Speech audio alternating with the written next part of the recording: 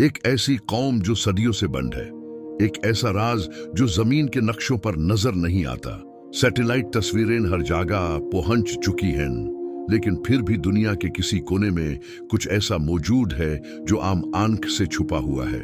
लोग समझते हैं कि जमीन का हर हिस्सा एक्सप्लोर हो चुका है, लेकिन हकीकत कुछ और है। आज हम वो सच जानेंगे जो अक्सर लोग नजरअंदाज कर देते हैं, वो सच जो कुरानी निशानियों और सही रिवायतों में महफूज है। ये कहानी है यजूज और मजूज की। सदियों पहले जब खौफ पहली बार उभरा, हजारों साल पहले जब इंसानी तमद्दुन अपनी इब्तिदाई सूरत में था, एक अजीम हुक्मरान का जिक्र तारीख में मिलता है, दुलकरनैन। वो सिर्फ एक बादशाह नहीं था, वो सफर करता था मशरिक से मगरिब तक, जमीन के इंतहाई किनारे तक पहुंचने वाला हुक्मरान। अपने सफर के दौरान वो दो बुलंद पहाड़ों के दरमियान एक इलाके तक पहुंचा। वहां के लोग अजीब हालत में थे, चेहरों पर खौफ था, आंखों में बेचैनी। उन्होंने इशारा किया कि पहाड़ों के पीछे एक कौम रहती है, वो जमीन को बर्बाद करती है, केटोन को मिटा देती है, जंगल खा जाती है, किसी को जिंदा नहीं छोड़ती। ये कौम थी यजूज और मजूज, दीवर जो इंसानी तारीख की सबसे अजीब तमीर थी। दुलकरनैन ने फैसला किया कि सिर्फ पत्थरों की दीवर काफी नहीं होगी। उसने लोगों से कहा कि लोहे के बड़े बड़े टुकड़े लाएं। पहाड़ों के दरमियान खाली जगह को लोहे के ब्लॉक से भर दिया गया। फिर आग जलाई गई, लोहा सुर्ख हो गया, आग की तरह चमकने लगा। उस पर पिघला हुआ तंबा डाला गया। इस अमल ने लोहे को एक ऐसी मजबूती दे दी जो आम दीवारों में मुमकिन नहीं। ये सिर्फ दीवार नहीं थी, ये एक बंदिश थी, एक हिफाजती निजाम। रिवायत बताती है कि वो दीवार इतनी सीधी और सख्त थी कि न कोई उस पर चढ़ सकता था, न सुराख कर सकता था।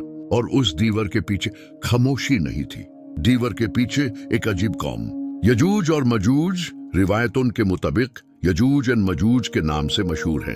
उनका नस्ब हजरत नूह के बेटे याफिस से जुड़ा बताया जाता है। उनकी तादाद का तस्वुर भी मुश्किल है।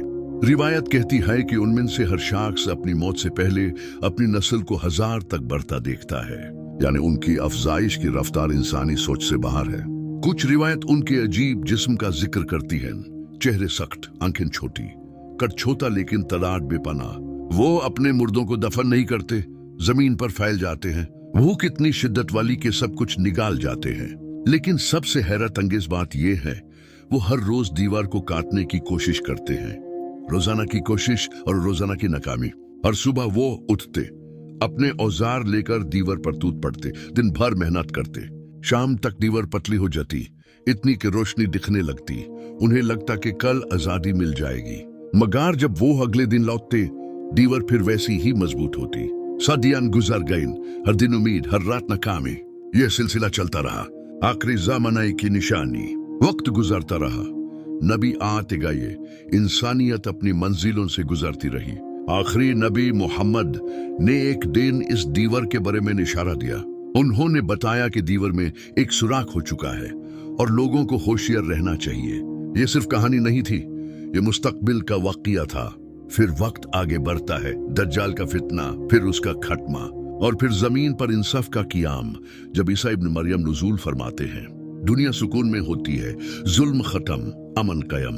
मगर फिर एक नई खबर आती है, इजाजत का लफ्ज जो सदियों से इंतजार में था। दीवार के पीछे वो कौम रोज की तरह मेहनत करती है, शाम तक फिर रोशनी नजर आती है। इस दफा उनका सरदर कहता है कि कल दीवार टूट जाएगी अगर अल्लाह ने चाहा। यही लफ्ज सदियों से गायब था। अगली सुबह दीवार फिर मजबूत नहीं होती, आखिरी धक्का लगता है और दीवार गिर जाती है। कुरान बयान करता है कि वो हर बुलंदी से नीचे उतरेंगे, और फिर जो होता है वो इंसानी तारीख का सबसे खौफनाक मंजर होता है। जमीन पर तबाही, वो हर तरफ फैल जाते हैं। सबसे पहले एक मशहूर झील की तरफ बढ़ते हैं, सी ऑफ गैलिली। पहला लश्कर उसका पानी पी जाता है, आखिरी लश्कर पहुंचता है तो झील खाली होती है। वो कहते हैं कि यहाँ कभी पानी था ही नहीं। वो नदियों को सुखाते हैं, जंगल मिटा देते हैं, खेतों को खा जाते हैं। लोग किलों में पनाह लेते हैं, दरवाजे बैंड, खिड़कियां बैंड, जमीन पर खौफ का साया, किसी को जिंदा रहने का यकीन नहीं। गुरूर की इंतहा, जब जमीन पर कोई मुकाबला नहीं रहता, उनका तकब्बुर बढ़ता है। वो आसमान की तरफ तीर फेंकते हैं, तीर लाहू से भारे लौटते हैं इम्तिहान के तौर पर। वो समझते हैं कि उन्होंने आसमान को भी शिकस्त दे दी, लेकिन इंसानी ताकत की हद होती है।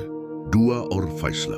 हजरत ईसा और मोमिनीन सख्त मुश्किल में होते हैं। भूख, तंगदस्ती, महंगाई, एक जानवर की कीमत इतनी बढ़ जाती है कि लोग खरीद नहीं सकते। फिर दुआ होती है, आसमान की तरफ उठते हाथ, और फिर एक अजीब अजाब नाजिल होता है। एक छोटा सा मखलूक, गर्दन में दखिल होने वाला कीड़ा, और चंद लम्हों में वो कौम गिर जाती है। सुबह होती है, जमीन पर लाशें हर तरफ, जमीन की सफाई। मोमिनीन जब नीचे उतारते हैं, कदम रखने की जगह नहीं होती। फिर अल्लाह अजीब परिंदे भेजता है, लंबे गर्दन वाले। वो लाशों को उठाकर दूर फेंक देते हैं। फिर बारिश होती है, जमीन धुल जाती है, ऐना बन जाती है, और फिर बरकत का दौर शुरू होता है। फाल इतने बाड़े के एक अनार पूरी जमात के लिए काफी, दूध में बरकत, जमीन में रहमत। लेकिन याजूज माजूज अपने पीछे गंदगी और बदबू छोड़ जाते हैं। सबसे बड़ा सबक, ये कहानी सिर्फ मुस्तकबिल का वाकया नहीं, ये एक आईना है। दीवार सिर्फ लोहे की नहीं होती, कभी कभी दीवार इंसानी नफ्स और फितनों के दरमियान होती है। जब तक इंसान अपनी हद में रहता है, अमन रहता है। जब तकब्बुर बढ़ता है, तबाही नजदीक होती है। यजूज मजूज का फितना याद दिलाता है कि दुनिया का निजाम मजबूत लगता है, लेकिन अल्लाह के हुक्म के बगैर कुछ नहीं। आज भी दुनिया अपने आप को महफूज समझती है, टेक्नोलॉजी पर फख्र करती है, सैटेलाइट्स पर भरोसा करती है। मगर अगर वो दीवार टूट गई तो इंसानी हिसाब किताब बेकार हो जाएगा। सवाल यह नहीं कि वो कब आएंगे, सवाल यह है अगर वो वक्त आज आ जाए तो क्या ईमान मजबूत होगा। ये वाकया खौफ का नहीं, होशियारी का पैगाम है, क्योंकि आखिरी फैसला हमेशा उसी का होता है जो जमीन और आसमान का मालिक है।